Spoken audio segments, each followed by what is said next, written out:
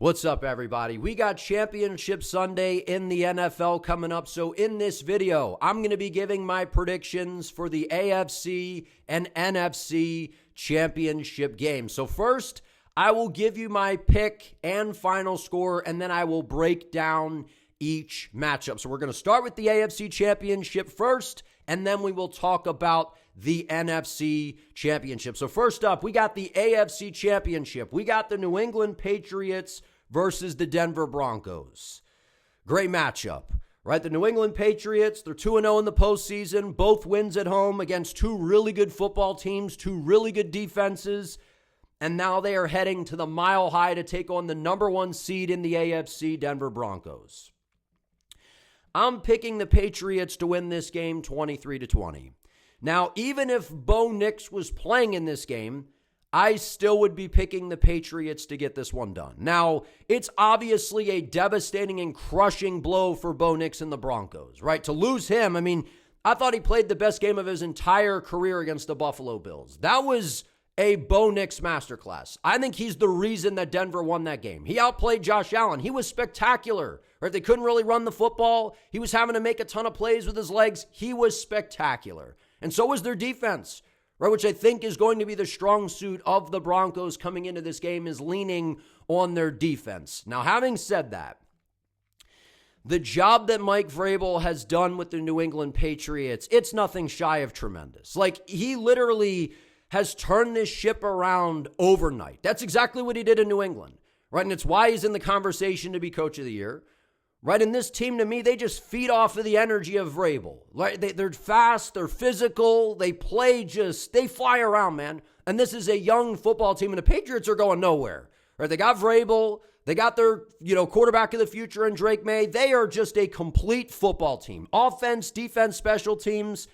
And I feel like that's what it takes to go out here and beat the Denver Broncos. Now, if you think that Sean Payton is going to come into this game and be scared and call a scared game offensively because they don't have their starting quarterback in Bo Nix, then I don't think you know Sean Payton, because I think Sean is going to come into this game and have the utmost confidence in quarterback Jarrett Stidham, who everybody calls Stiddy.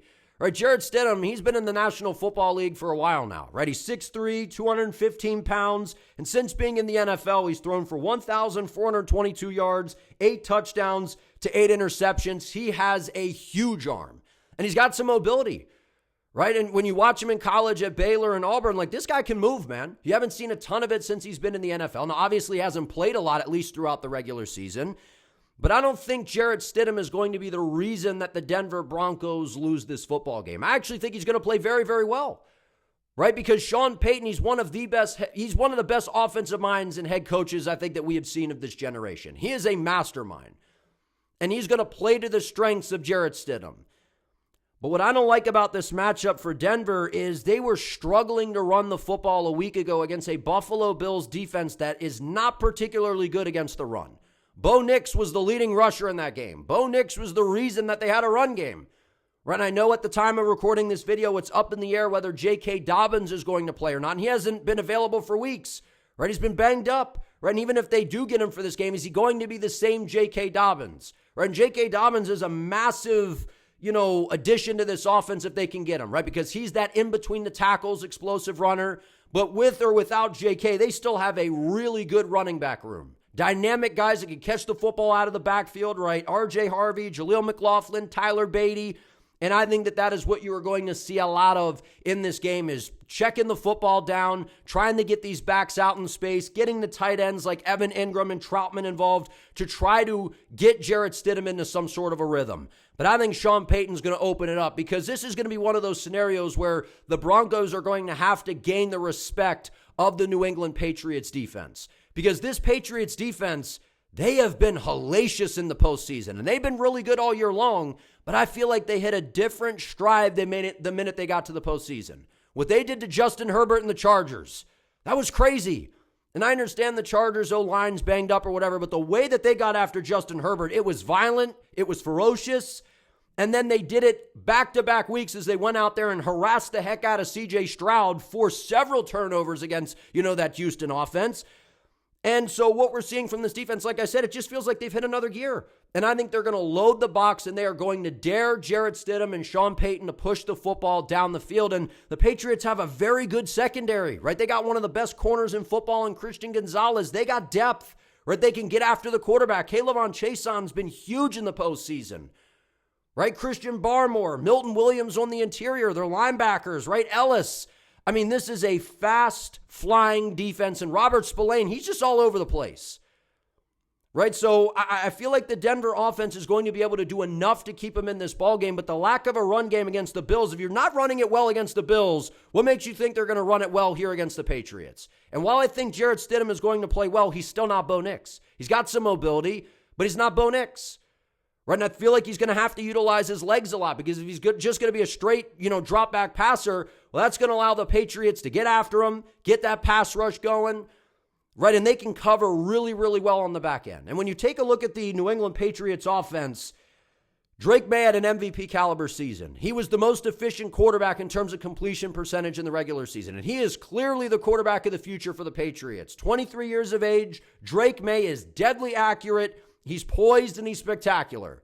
But ever since they hit the postseason, we've seen him getting sacked a lot, 5 times in each game, and he has turned the football over a lot in the postseason. Now, a lot of that is, they just played 2 really good defenses. The Chargers, right, and then the Houston Texans, who I think the Texans and the Seahawks are the 2 best defenses in the league. So, okay, right, they got Danielle Hunter, Will Anderson. But Drake May tries to force things in the pocket, man. He tries to step up, tries to force things when the pass rush is barreling down into his lap. So we've seen this Denver Broncos team. They got one of the best pass rushes in the entire NFL, right? They got a stud defense. They lead the league in sacks, I believe, right? And in win rate. So they are ferocious up front. Nick Bonito, Jonathan Cooper, Zach Allen. And then now the fact that they have Dre Greenlaw back in the lineup at linebacker paired with Alex Singleton, like this front that the Broncos have is ferocious. And I think that they're going to get after Drake May. But it's going to be up to Drake May to not turn the football over. Don't give this Denver offense short fields. Allow this New England defense to go out there and, get after Jarrett Stidham. Because for a guy that really hasn't played in the past 2 years, right, you could do all the reps on the sideline, mental reps, all those kinds of things. When you go in there and the bullets are flying, it's different. It's different. It's very, very different. So I think in this game, we're going to see the New England Patriots come out, look to run the football with Travion Henderson and Ramondre Stevenson. And we've seen, Josh McDaniels, he's one of the best play callers of all time on the offensive side of the ball, right? He's going to have this offense prepared. I think he's going to, get the backs involved, dink and dunk, run the football, get the tight ends, Hunter Henry, Austin Hooper involved, because we have seen this Denver defense, some vulnerabilities in their defense is when the opposing offenses throw to the tight ends, right? So I feel like Hunter Henry is going to be a big weapon in this game, and Stephon Diggs, I feel like he's going to have a huge game. I think he's one of the best receivers in the NFL. He hasn't had his, greatest year when it comes to, the stats and all that. But you saw that catch he made in that Houston Texans game. He's Mr. Sure Hands. He is very, very hard to cover. This Denver defense is good. They can run man coverage. Vance Joseph is an outstanding defensive coordinator. I think that they are going to try to heat up Drake May and get him to turn the football over, because they're going to have to take chances right on the defensive side of the ball, given that they got a backup quarterback in the game in Jarrett Stidham. But you have heard Sean Payton ever since he came out and delivered the news that Bo Nix is out for the year. He came back out and has been hounding it that Jarrett Stidham is the guy. We have the utmost confidence in Jarrett Stidham. And he's basically like, yeah, we're going to come out here and win this ball game. So Sean Payton is trying to speak this thing into existence. And I feel like the Denver Broncos, this forces your team to just step up in different ways that they haven't had to, knowing that your backup quarterback is in there. So I think the Broncos are going to give it all they got. I think their defense is going to force a couple turnovers from Drake May. But I think at the end of the day, it's going to come down to the fact that this New England defense, they are for real. They're for real. Right? And a lot of people were talking about, Herbert just didn't have a good game. Stroud just didn't have a good game. When are people going to give credit to this New England defense? They are fast. They're physical. They're flying around. And I think Drake May, while he may turn it over a few times, his defense is going to have his back. And the way that Drake May is able, even when he makes mistakes, he bounces back and makes some huge plays with his legs and pushing the football down the field. We've seen receivers like Kayshon Boutte really step up as well with that crazy one-handed catch against the Texans. I think Josh McDaniels is going to have it dialed up, and I think that the Patriots go out here and win a close one 23-20. It is going to be important for these receivers on the outside for New England to win one-on-one, because I think Vance Joseph is going to be very aggressive on the defensive side, looking to create those turnovers, because this defense is going to have a ton of confidence. They harassed Josh Allen. Harassed him. Josh Allen, who is historically one of the best quarterbacks we've seen in the postseason, played by far his worst game against the Denver Broncos. Sure, you could say it was a little bit of an off game for Josh Allen, whatever you want to say, but the bottom line is it was a lot because of that Denver defense. They were getting after him, right? And if you hold the football back in the pocket, this pocket will collapse. These guys will get after you. They will knock the ball out of the quarterback's hands, and they can cover very well down the field. They got Pat Surtain, who I think is the best corner in all of football. I imagine that he will travel and follow Stephon Diggs throughout this game. I cannot wait to see the coaching matchups. We got Vrabel and McDaniels versus Sean Payton and Vance Joseph. I think the Denver Broncos are going to surprise some people in this game. I think Jarrett Stidham's going to come out here and play well. He's got a great offensive line in front of him with Mike McGlinchey and Garrett Bowles on the edge, right? We're going to have to keep an eye on if J.K. Dobbins can play or not, but if he plays, that'll help with the run game on the inside. But these backs, they've been playing really well, especially with the checkdowns out in space. That is a quarterback's best friend, especially a backup quarterback, getting the tight ends involved, quick, easy completions, and we know how creative of a play caller Sean Payton is. I don't expect Sean Payton to come into this game and be scared, right? You see coaches are like, oh no, we got our backup quarterback in. We just got to run the ball and play good defense. It's like people just think that backup quarterbacks, when they come in, it's like they're incapable of throwing the ball. It's like, that's not how it works, right? Sean Payton is really, really good when his backup quarterbacks play. When he's had to have a backup quarterback come into the game, he does a very, very good job, man. Does a very, very good job. But they're going to want to get the run game going, want to get the play action pass going, get Stidham on the move, get him comfortable with some completions. And while Jarrett Stidham is not Bo Nix, he is one of the better backup quarterbacks in the NFL. He was the first signing that Sean Payton made since he got to the Denver Broncos. That's for good reason. That's for good reason, right? And I've been saying for a while that Jarrett Stidham, he's in a weird spot, right? He's kind of better than a backup quarterback, but not quite a full-time starter. So he's kind of in this no man's land there. He has all the traits that you would look for in a starting quarterback. And I feel like one of the interesting things here as well is Josh McDaniels. He's very familiar with Jarrett Stidham. Now, it's been a few years, right? Because Jarrett Stidham's been in this system with Sean Payton, so I'm sure that McDaniels will have some insight to provide on Jarrett Stidham, right? Because when McDaniels took that, head coaching job for the Raiders, he traded the Patriots to specifically get Jarrett Stidham. So that tells you what Josh McDaniels and the Patriots thought of Jarrett Stidham, right? Bill Belichick drafted him, right? And there were a lot of people that thought that this was going to be the next guy to step in, for after Tom Brady departed from the New England Patriots. So Stidham, I think he's going to have a good game. They're going to need to get the run game going. I'm just not quite sure that they can, considering if you couldn't run the ball very well against the Buffalo Bills and it was all on Bo Nix, you don't have him in this game, which is a crushing blow for Bo, crushing blow for the Denver Broncos. But I think Stidham comes out here and plays a good game. But I just think the New England Patriots, this is about the Patriots, man. Their offense, while Drake May has turned the football over a little bit in the postseason, he's been against very good defenses. He's got another good one in front of him here. But even when he turns the ball over, he makes up for it by making big plays with his legs and in the passing game. I think Josh McDaniels, they're going to call a careful game here. They're going to let him open it up, but I think they're going to be a little bit more reserved here, knowing that they're going to want to see what Jarrett Stidham can do in this ballgame. So that's kind of a strength, for the Broncos, right? Because when you're the Patriots, you're like, well, we kind of know what Jarrett Stidham's about, but we haven't really seen him in this Denver system under Sean Payton.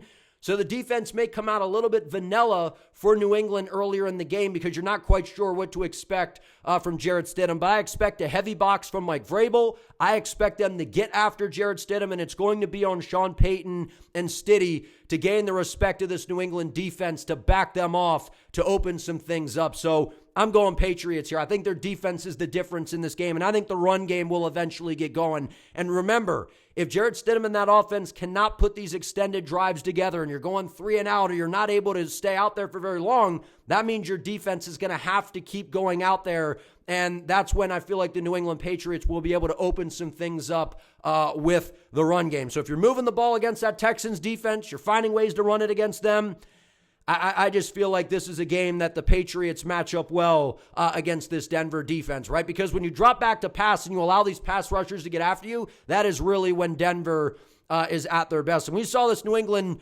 defense. They completely shut down a pretty solid Houston Texans run game. I mean, Chubb and Woody Marks couldn't get going whatsoever. So I'm picking the Patriots in this game. I think that they are firing on all cylinders. They're playing some of the best team ball in the league. I'm going with Mike Vrabel. I think it's going to be a close one. Like I said, I think Stiddy plays well. Sean Payton's going to have the offense cooking at moments. But I just feel like the Patriots defense, they're going to be the difference in this ball game. I think they win 23-20. Give me New England. Next, we got the NFC Championship game. We got the LA Rams versus the Seattle Seahawks. The trilogy. They're 1-1 apiece on the year. Right? This is going to be in Seattle, Lumen Field. The 12th man's going to be rocking. I've went back and forth on this one because something's telling me that the Seattle Seahawks are going to win this game, which is why I am going to pick them 24-17. But I've also been having these visions of vintage Matthew Stafford, basically the guy that we've seen all year when I say vintage Matthew Stafford. I think he's one of, if not the most talented thrower of the football the league has ever seen. Like these no-look passes, like Matthew Stafford is absolutely ridiculous. Like he just is. Right? And what we've seen this year from these teams, right? In game one, it was week 11 in LA. It was, at the Rams' place. And the Rams were able to get it done 21-19. Right? And the Seahawks, they missed a game-winning kick. Right? And I felt like what was so encouraging about this game for the Seattle Seahawks is it felt like Sam Darnold did everything that he possibly could to give this game away. He threw 4 interceptions. Right? And this Seattle defense, they balled in this game. Matthew Stafford threw for only 130 yards and 2 touchdowns, which I think was a low on the year in terms of yards passing for Stafford. Right? So whatever they did in that game, they're going to want to take a good hard look at that film. Because the second game, right, they come out in week 16 in Seattle, and it was a crazy overtime thriller to where the Seattle Seahawks were able to get it done 38-37 in a wild comeback. The Rams blew a 16-point fourth quarter lead. Right, so all these narratives that I've been kind of debunking throughout the year, right? Sam Darnold, yes, he always seems to struggle against the Rams. But we had seen Sam Darnold step up and make some massive plays this year. And he is a big reason that the Seahawks are where they are right now. Now, I know a lot of it's the defense, right, in the run game and all those things. But Sam Darnold, like the job that Clint Kubiak has done with him in this offense is spectacular. Right, and in that game, you had the Rashid Shaheed return for a touchdown, and he did just a week ago. Right, against the 49ers. They blew them out 41-6. But again, the 49ers are all banged up. But still, they just went and beat the Eagles. Right, so I just feel like this is one of those games where Sam Darnold is going to have to be very, very careful with the football. Because even in that win, Sam Darnold threw for 270 yards, 2 touchdowns, and 2 interceptions. Right, he just has a knack for turning the football over against this Rams defense. I don't know what it is. Chris Shula and this defense seem to have found something with Sam Darnold to where they are just able to fool him and make him make mistakes. So it's going to be very important, obviously, for Darnold to not do that. Because in the second game, it was kind of the tale of 2 games, or this one was a shootout. Matthew Stafford threw for 457 yards in this game. Right, so we went from having a low on the year, 130 yards in game 1, to having 457 yards in the second game. And that was without Davante Adams. So how in the world does Stafford go from that to that in game 2? Well, that means Sean McVay and Matthew Stafford, they found something in this Mike Macdonald defense that they found a way to exploit. And they didn't have Adams, which is, I have to keep saying that. There was no Davante Adams in that game. That is insane, right? It was all Puka Nacua. Puka Nacua went off in that game. He absolutely went off.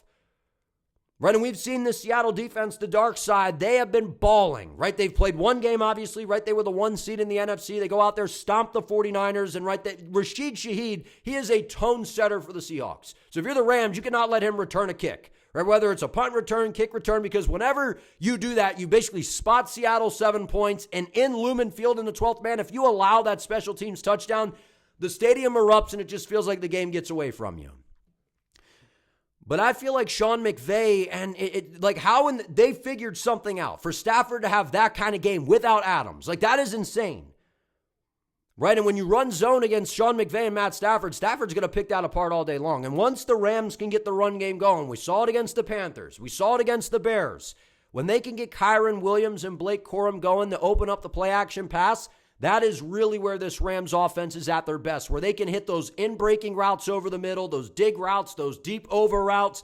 That is where this offense becomes a true nightmare to deal with. And what we've seen offensively, Colby Parkinson has been kind of one of the unsung heroes in this Rams offense at the tight end position. Had that huge game-winning catch against the Carolina Panthers, right, to squeak by in that one.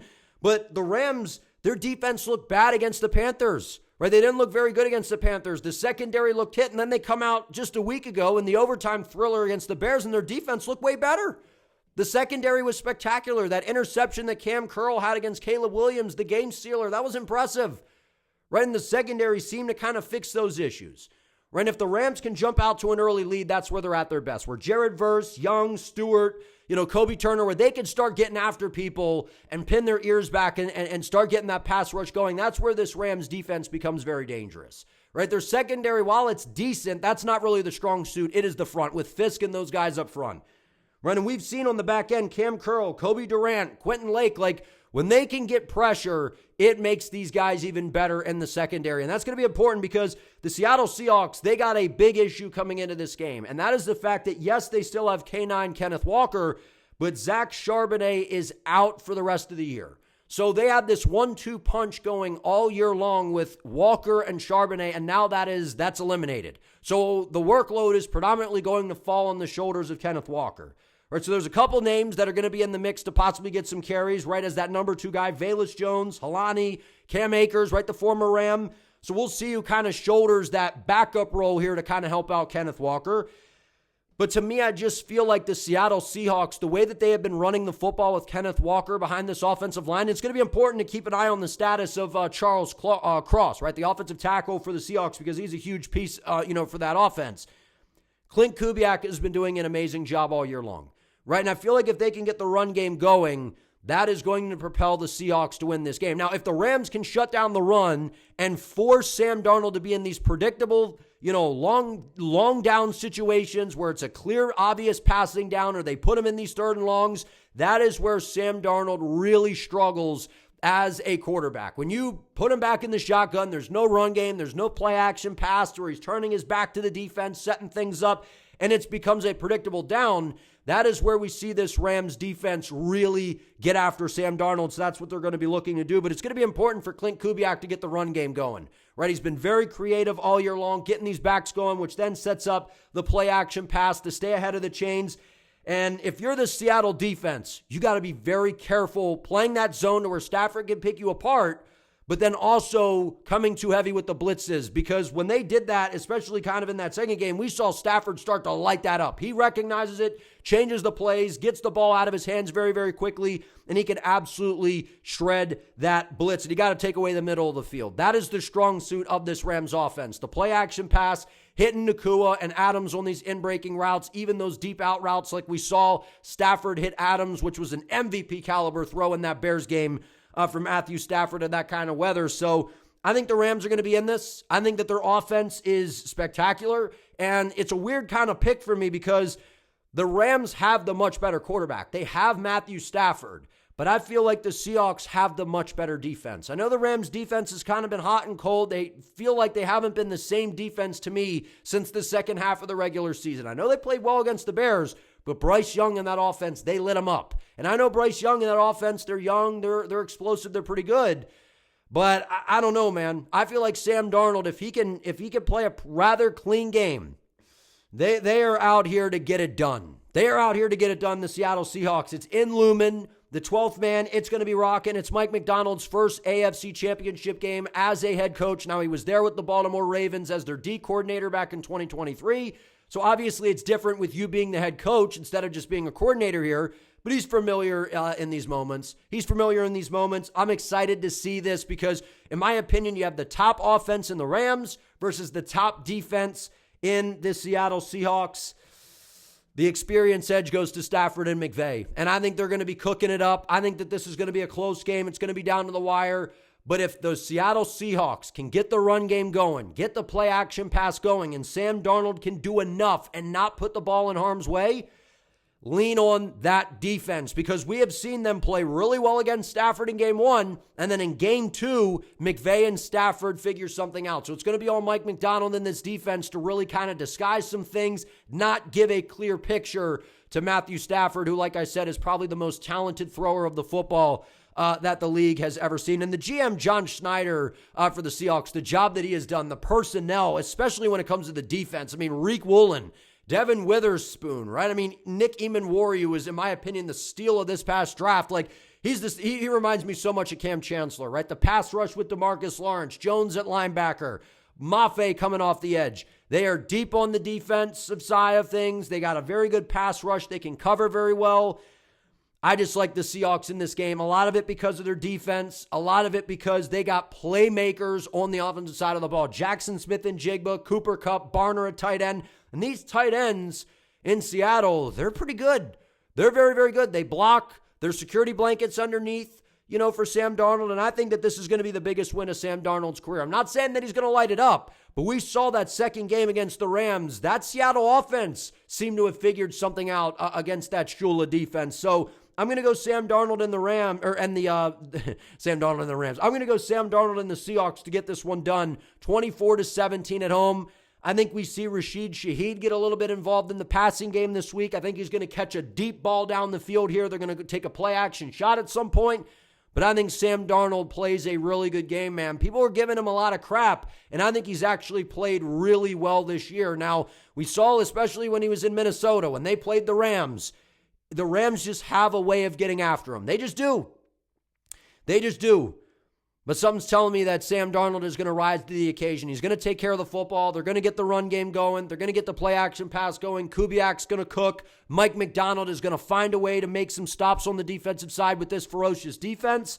We have seen, as good as Matthew Stafford is, when you can put them in predictable situations, if you can fool them with the coverage and get an interception, give Sam Darnold a short field and allow, your offense to run the football and take the pressure off your offense, I feel like that is where the Seahawks are really going to thrive in this game. I'm rolling with the dark side. I think that defense is for real. I think the Seahawks have the better overall football team, but it's the fact that the Rams have Matthew Stafford, and obviously they got Nakua and Devontae Adams at receiver. Their offense is so fun to watch. I'm excited for this game. And in terms of the two games this year, right, let me throw this stat out here before we wrap it up. The Rams, 58 points, Seattle, 57 points. In terms of yards, Rams, 830, Seattle, 829. These teams are evenly matched. This is the trilogy, division rivalry, NFC West game. A lot of familiarity here, and usually what that means is a very close game. Both games have been close this year. They've been down to the wire. I'm going with the Seattle Seahawks to edge this one out. I think Sam Darnold gets the biggest win of his career. I think the Seahawks are heading back to the Super Bowl.